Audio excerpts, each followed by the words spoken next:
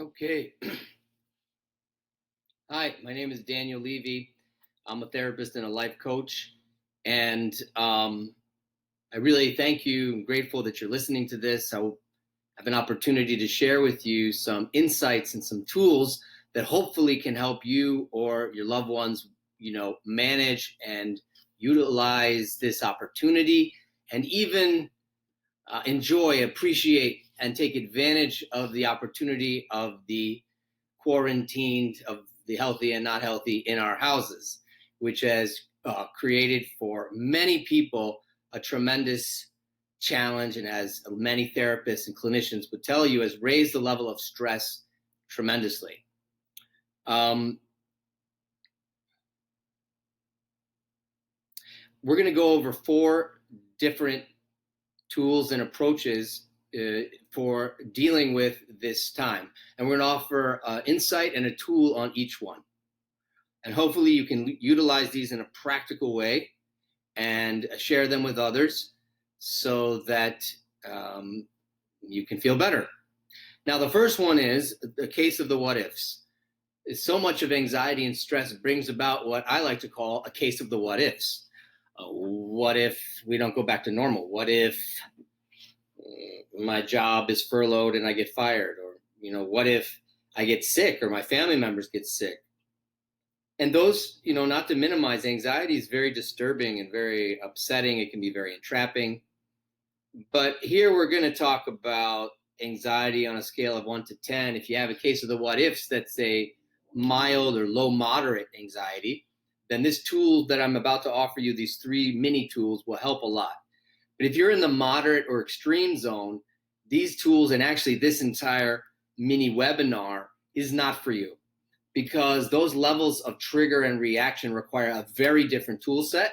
And if you're interested, reach out to us, and we have both therapy sessions, or we have online recorded videos, and almost done with a workshop about how you can do it yourself to a certain degree. Just text or email, or we have staff that will respond. So with that caveat being said, and if you're having a major life crisis, or you're, God forbid, in an abusive situation, or you are having really intense stress, this is really not for you. And we definitely could help you in other ways, but this is for the sort of average experience and moderate to mild set of emotions. So going on, back to the case of the what ifs. When you have like a mild or moderate case of the what ifs, it's still very upsetting. It can spin, and now a person, you're not concentrating, you feel ungrounded, you're not able to be present with everybody. But you know what? That's okay. Here's a way around it. And so I'd like you to grab, for this whole mini webinar, I'd like you to grab a notebook, and I'd like you to write down some exercises, and you can either pause and do them in real time, or you can watch through the whole video and go back and do these exercises afterwards. For the what ifs, I have 3 tools for you today. They are going to be, respectively, the contingency plan tool, the so what tool, and the 95% rule. Okay? So, one more point on the what ifs. The what ifs are kind of contagious in our minds, and they go often to the worst case scenario, sometimes just a lot of bad scenarios. But they're a little bit like a train of thoughts linked, or a chain and a train of cars, and they end up in these bad places. And one of my teachers I like to read, Rebbe Nachman, through Rabbi Arsh and others, says, you are where your thoughts are, so make sure your thoughts are where you want to be. I'm in anxiety, I'm not going to be enjoying COVID-19. COVID-19 can be an enjoyable experience. I talk to all sorts of different families and individuals, and it's amazing. It runs the entire gamut. There are some people who are suffering beyond understanding, and there's some people who this is a much better time in their life than ever before. But let's move the needle. Let's work on techniques and mindsets that move us towards this has never been a better time in my life. So again, moderate, and mild. If you're watching this and you have extreme situation, extreme emotions, this is not for you. Contact us. I have something else for you. Okay, so let's start with the contingency plans. An amazing way that I discovered working with a lot of anxiety folks, people who deal with anxiety, is the contingency plan. If you can answer the question of what is scaring you, then you will be done with this issue. It's sort of like facing it with courage emotionally and answering the question that your mind is harassing you with. For example, if your mind's saying, what if I get sick with corona and then I won't be able to support my family because maybe you're the main breadwinner and you're spinning and your mind's ruminating on this and you don't know what to do and you're trying to avoid thinking about it and you can't, trying to distract yourself and you can't. What do you do? Well, contingency plan. What's a contingency plan? Plan A, plan B, plan C. What is the question? How will I support my family? You need to answer that question. Maybe you're having this worry for a reason. Okay, so we're going to define the question and then define the answer. So if the question is, what will I do if I get ill? Write down the question. So in this activity, you're going to write the question down. Number one, what if number one? Contingency plan tools. Number one, what if I get sick? That's ABC. I want you to pause the recording or come back later and write down, what will you do? This is not a tricky tool. Answer the question. Okay, which hospital will you go to? Which relatives will you ask to help take care of your kids? God forbid. You know, what will you do with your savings? Do you have life insurance? You know, okay, get organized, take the time. This is real circumstances for all of us. Okay. What type of doctors will you seek? Are you into natural medicine or pharmaceutical medicine, Western medicine? Maybe in advance you should choose the hospital and the doctor you'll go to. So basically, you need to answer the entire question until you feel satisfied that you are able to answer the question, what if? Okay, let's try another question. What if my kids never go back to regular school and they drive us out of our minds for the next 5 years? You know, I love that Ram Dass line. I've said it in other times. If you think you're enlightened, spend a week with your family. You know, it's amazing. We'll talk later about the opportunity for character growth. So write that question down then, or your number two question. What if my children never go back to their regular life? Okay, there you go. Contingency plan A, B, C, D. Go ahead. Well, I'm going to find the best online school program. 2, I'm going to help them develop hobbies that they can learn from home. 3, we're going to come up with a system of organization in the house that helps everybody not step on each other's toes. 4, I'm going to find a way to get online babysitting or get the grandparents to, you know, talk and do discussions or anything at all. I'm going to find documentary series. We're going to create play worlds, cardboard boxes, be creative. Okay, so everyone's situation is different. Your resources are different. Your networks and communities are different, but you get the idea. So that's how the activity works. We'll do one more, but to summarize, you're going to write down. You are going to write down all your what ifs, one after another. And, you know, if they're overlapping, just choose one. What if this, what if that, and try, go through. If you have more than, just do 2 or 3, maybe 4, and answer the question of what if, and make your contingency plans. So excellent. You're doing excellent. If you're still here in the recording, that means that you think that this is some value and you are following through. Hopefully you have a notebook and you're going to make a difference, because guess what? You got to put your foot to the pavement and start walking. If you made it this far, great. Write it down. Use it. Thank you. Thank you. Thank you. Now, let's do one more. What if I don't really go back to work and I don't have enough income? Then what am I going to do? What will my family do? Where will we have the resources that we need? That's a good question. That's a really solid question. Very real. Okay, how will we get health insurance? That's it. Okay, write it down in your notebook. Contingency plan. And if you can't figure it out alone, that's okay. Ask a friend, ask a father, a mother, a friend, a mentor, a cousin, get a counselor, a consultant, your lawyer, whoever it needs to be. Do the research, gather the information. Some of these questions, the contingency plans will be easy, and some will be difficult to answer. But again, the power of this tool is your brain is causing you doubt and fear and anxiety by challenging you with a what if. What if? And the future is so unknown. And one of our biggest challenges with anxiety is we don't know. Better the misery I know than the one I don't is the cliche. Better the misery I know than the one I don't. I'd rather sit here thinking what if, than go into that unknown future, grab it courageously and just deal with it and plug it in. You have a sense of empowerment, a sense that you do know what you're going to do if, God forbid, those what ifs actually come to fruition. Okay, I think you have the idea, and I want you to do that. Thank you. Tool number 2 for the what ifs. Tool number 2 for the what ifs is something we use in cognitive therapy for moderate level anxiety. It's a self-questioning technique. I, with patients, often call it the how do you know technique, or the so what technique. And it's kind of like, do you ever have a cousin or a sibling or a child who, when they're 4 years old, they keep asking you why? Why is the sun shine? Well, because, there's an atmosphere and the sun shines through it. About, well, why is there an atmosphere?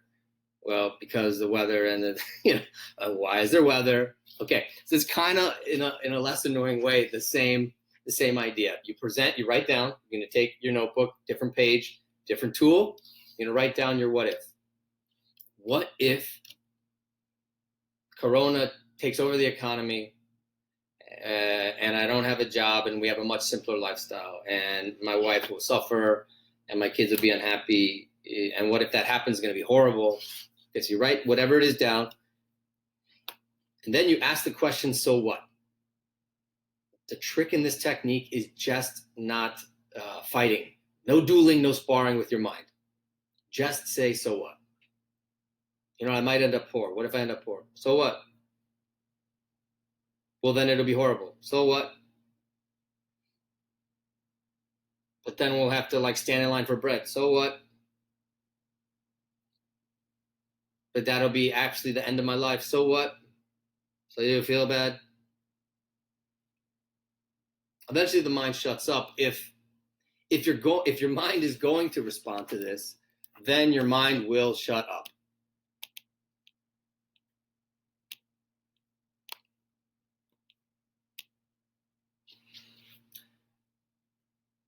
Okay, now let's try another example. So what?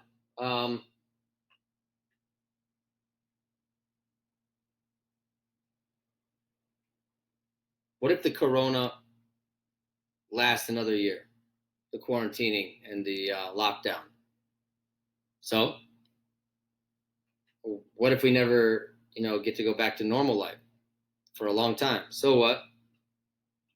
What's the big deal? Well, it's crazy at home, and how am I possibly going to be able to handle this? So you won't be able to handle it. Well, that'll be embarrassing. So you'll be embarrassed. And then I won't recover. So you won't recover. So at that point, actually, there is another technique related to this called the how do you know? So that's just seeking evidence. It's either so what, what's your point, or how do you know? Right hook, left hook. So at that point, honestly, it takes a little more training for that technique. If the what if is very, very strong and the doubt is intense, then again, we're talking about mild what if. So if your what if ends up being, as you get into it, really a 7 or 8, again, this tool is not for you at this moment in time, but put it aside and get some help from a friend or a therapist or another video or podcast where we have better, more effective tools for higher intensity mood states. Okay, going on. So if the what if is really a 0 to 3, you can say, so what? Or you can say, what's your evidence? How do you know? what if the world never goes back to normal? How do you know the world's not going to go back to normal? Well, it doesn't seem like it is. Well, how do you know it's not? Well, I don't know. Well, how do you know to say this thing? Boom, mind goes silent. It's a cool technique if you use it right. So in both cases, you're like, how do you know? How do you know? How do you know? I'm never going to be able to get a job. This was the only job I could handle. How do you know? Because I don't have much skills. How do you know you're not going to get one? Because I don't know what to do. How do you know you're not going to figure it out? Because I won't. How do you know? How do you know? How do you know? How do you know? It's like you just keep going until, we call it a thought stopping technique. So this is it. So you can do it in two ways. You can speak out your worry, or you can write down your worry, your anxiety, and you can practice it like writing it like a script, like a dialogue narrative. Mind says, I say. Mind says, I say. So I want you to try one of those if you feel like that will be helpful on your what ifs, and write it out in your notebook. How do you know? So what? Going on to the third tool. The third tool is the 95% rule.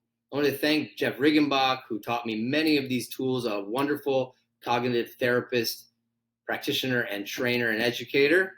Hope he's well and strong. Wherever he is at this time. We haven't spoken for about a year, but I just want to say thank you for teaching me these things that have become the mainstay of a lot of the work we do and have helped hundreds of people, and we hope will continue to help people. He taught me that cognitive psychology has research, and that they have found the following study, that 95% of things we worry about never come true. So if you have 100 different worries in your mind, that 95% of them will never come true at all. At all. Okay. And number two, that of those 5% that do come true, only 5% of that, 95% of that 5% is not as bad as we thought it was going to be. So let's say 5% chance, and out of all those worries, I do get sick. And 95% of the time, that experience of being sick is not as bad as my mind made it out to be. And 5% of that 5%, it was, when they did surveys, enough thousands of people. So, for example, if a person, let's say lost a job, and they're worried they won't find a job, and now they're busy experiencing not finding that job. It actually was the 5% came true. That 5%, during that experience, it wasn't as bad as their mind made it out. The nightmare that was in their mind at this time and the concern they had just didn't materialize. Things just went differently. And that's the thing. We don't know the future, which means we really don't know which way it's going to go. It could go bad. It could go good. And really, if you let go of both sides, very freeing, because then you can be in the moment. All right. And I got to work on this too.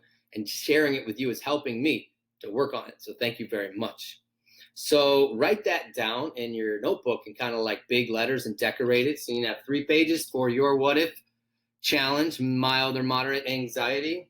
You've got the contingency plan, number 1. Number 2, the so what, how do you know technique, thought stopping. And number 3, the 95% rule. Write down 95% rule. You can decorate it or have your kids color it. Okay, going on. Part 2 of this seminar. Here we go. When you look back,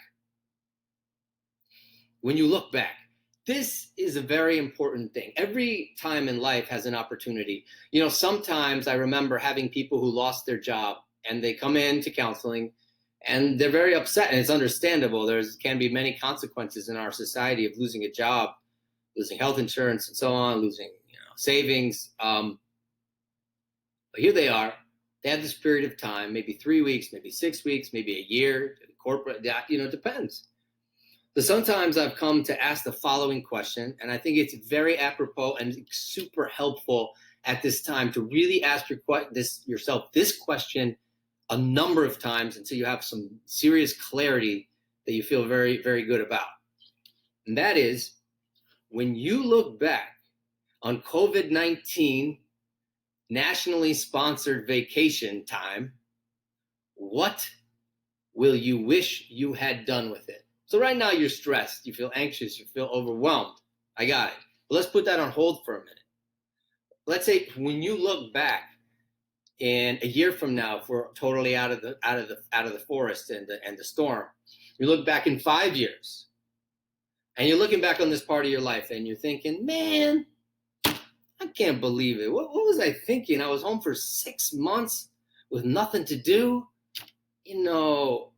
Why didn't I watch that documentary series about World War II? Why didn't I become certified in yoga in an online course? Why didn't I build that relationship with my father before he passed away? Why didn't I, read all those spiritual books I always meant to read? Why didn't I spend more time with my children? Why didn't I? So let's do a reversal on regret, and use that regretful projection process to think about what it is we really want to do with this time.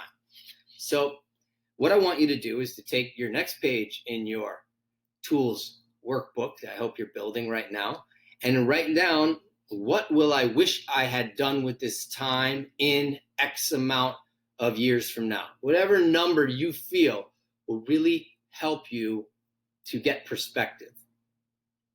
What will it be? And take time, take 5 or 10 minutes. And if it's hard to think of yourself, discuss it with a friend, with a spouse, with a parent, and sit and talk about it together and ask each other. Sometimes it's easier if somebody else asks you the question. It gives you a chance to think. So that would be and fill up your page with ideas. They don't have to be the right idea, right over here and right over there. And then think it through. And most importantly, commit. So the bottom of your page, part 2 of the process, I want you to write down, all your, ideas. And then number 2, put my plans. I plan to, number 1, watch that documentary series. Number 2, begin meditation practice. Number 3, organize my finances. Number 4, shred up all these records and bills that I don't need. Because every situation has a opportunity. Now, that's the when I look back. So that's kind of like related to do with what to do with this time, and to have a mindset shift and look more to not just free time, but utilization of an opportunity of time. I know there are people out there who say one of the most valuable resources that any of us have is not money, is not smarts, is not intellect. It's time. Time. And when you're busy in 2 years from now, you're gonna be like, oh my God, I don't know why I spent all that time worrying. I wish that I used it for this. Okay, let's go on. That's part 2.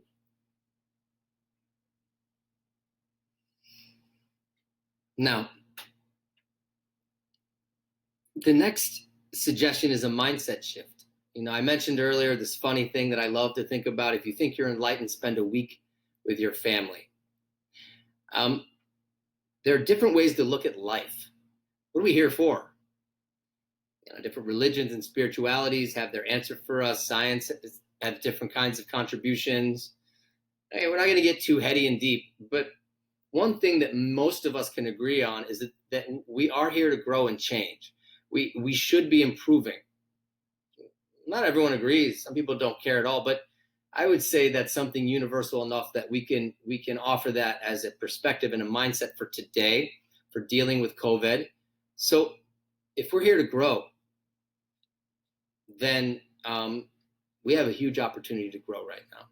In a way, one of my spiritual teachers that I look to, Rabbi Arush, he said in one of his online lectures that it's like that God, the higher power, gave us such a opportunity of intensified growth, or an intensified growth bubble fish tank. And we're all COVID-19 fish, I guess, So next idea is, what growth opportunities are there at this time? What character building can I do? What relationship skills can I develop and fix up What inner work can I do on some of my difficulties and my problems? So look for the growth opportunities. You write that on the top of your page. What are the growth opportunities in front of me? Now, sometimes I know in spiritual discussions, I don't know. I don't know what it is. I can't figure it out. I don't know what I need to work on. Here's a couple ways to deal with that. But buyer beware. If you're brave enough, go to somebody in your life who knows you and that you like and you trust, and ask them, what do you think are a couple areas that I can grow in? What kind of areas could I grow in right now? Okay, but another way, even easier, if you don't want to go and talk to those folks, is to basically look whatever's difficult right in front of you. In the name of Rabbi Akiva Tatz, I remember 10 or 11 years ago, I listened to one of his lectures on Jewish spiritual growth, and he said everybody thinks it's so hard to figure out what to do and where to grow. He said it's always right in front of you, that the universe, the creator, doesn't really play games. If I'm having trouble being patient with the children in my house, patience is my growth right now. If I'm having difficulty feeling calm because I'm full of anxiety, then learning to be calm and peaceful is my growth challenge right now. If I'm having trouble being okay with a financial insecurity, then learning to be okay with financial insecurity is my challenge. If I'm having difficulty living in a messy house, then learning to either organize things better and maintain them better, or alternatively learning to accept not everything is perfect and I can be okay even with chaos around me. I think that makes it clear enough. So take about 5 to 10 minutes. And again, I'm not suggesting you do all these activities over time. Think of them as different modules, or if you're up for it, you're an intense person, do them all in a row for an hour. So on that page, you're going to either journal, observe, think about what's difficult for you, write about it, and then at the bottom of the page, part 2, but here's my game plan for working on my growth goal. Pick one. My growth goal is to build patience. Okay, great. That's a great goal, a great thing to think about. But if you don't have a plan, you don't know the steps, forget about it. If you're interested in making a program and you want to make an accountability group, we'll do it. Write us. It's great. We don't have one planned at the very moment. We just wanted to send out this information to help. But if you want to create that, great. We'll do it. All right. Next. Yes. 2 more principles. Number 4 is build relationships. I think in a wonderful response to social isolation and social distancing is to purposely do opposite action, is socially and emotionally de-isolate. It's like de-ice on your car, the de-icer. De-isolation. Make a list of 3 to 5 people you can reach out to every day via Zoom, FaceTime, a phone call, an uncle, a grandparent. It will make their day. And think about an old friend that you really haven't had any time to connect with. Think about a professor you want to write a letter to, or think about your children if you have children who live with you, or if you are a child, think about your siblings and build the relationship with them. Because if life goes back to normal, you will not have the type of opportunity that you have right now to build these relationships. It's a unique time in history. And every time and every history has an opportunity to make a new story with our lives. His story, some people like to say. Okay, or her story. Now, so what I want you to do is give a little thought.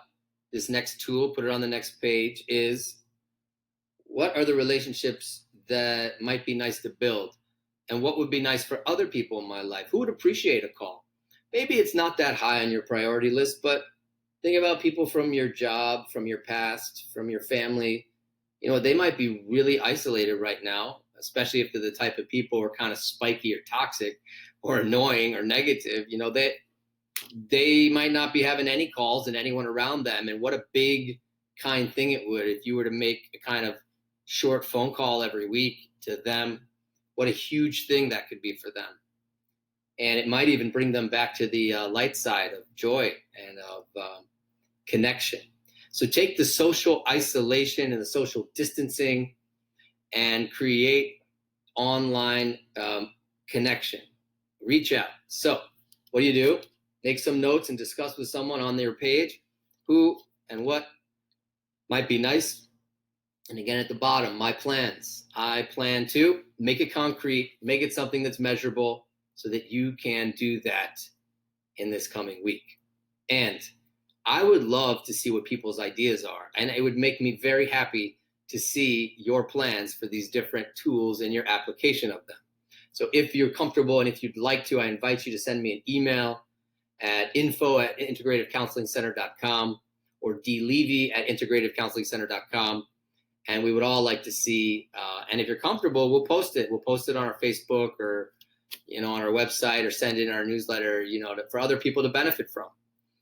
Or if you want a Facebook group, we could start that. So do that and take on at least one. Maybe talk about it as a family. Okay, the last and final thing we're going to share today is what I'll call the opportunity for beauty and growth.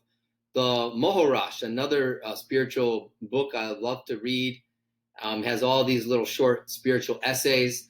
And in one, he says, I think it's called Sky's the Limit. I think it could be a different one. But if you'd like a digital copy, they're not too long, write us and we'll send you a PDF. He says that in every single day, he says that Rebbe Nachman, the holy mystic and saint, teaches that every day there is a different beauty and a different specialness that is buried in the day.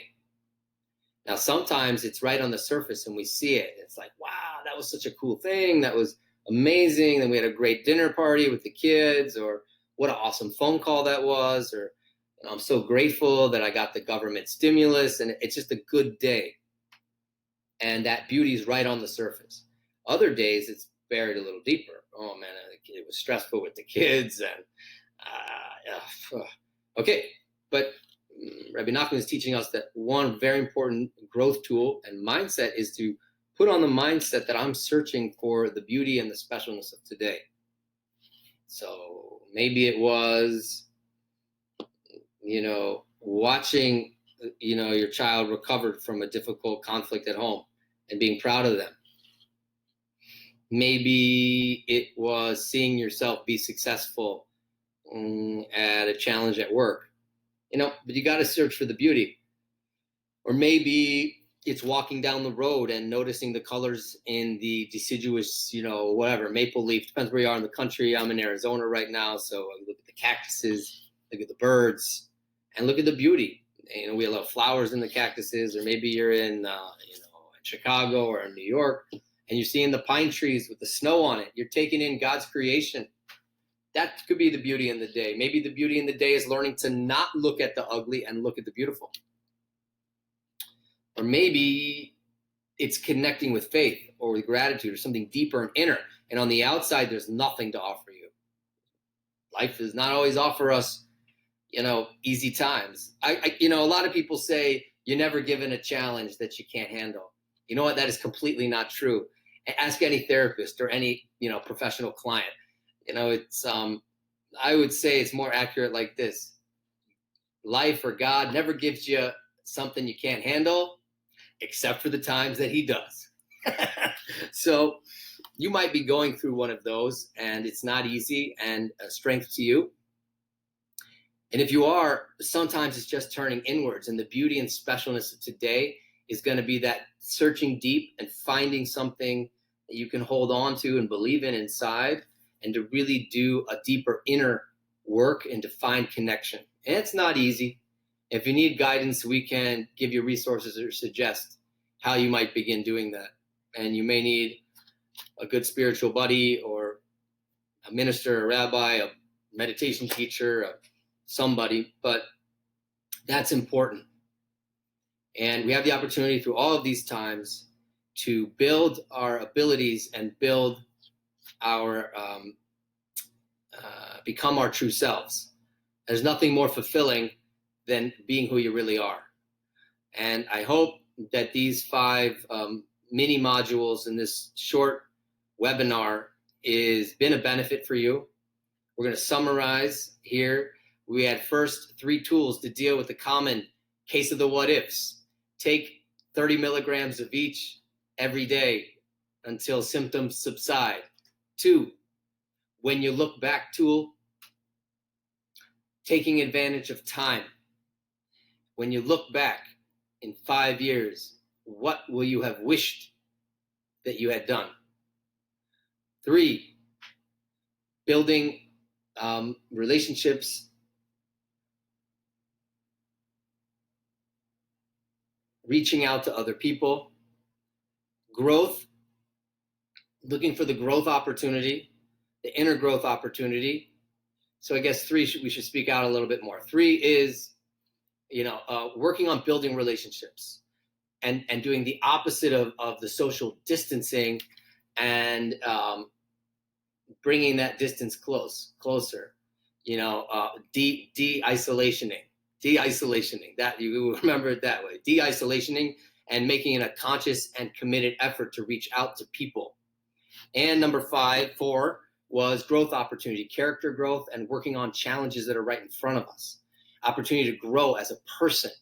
And that feels great. It's like going to the emotional gym or the spiritual gym. At first it aches, but afterwards you feel good, you feel more alive. So, and then finally, trying to find at whatever level of suffering or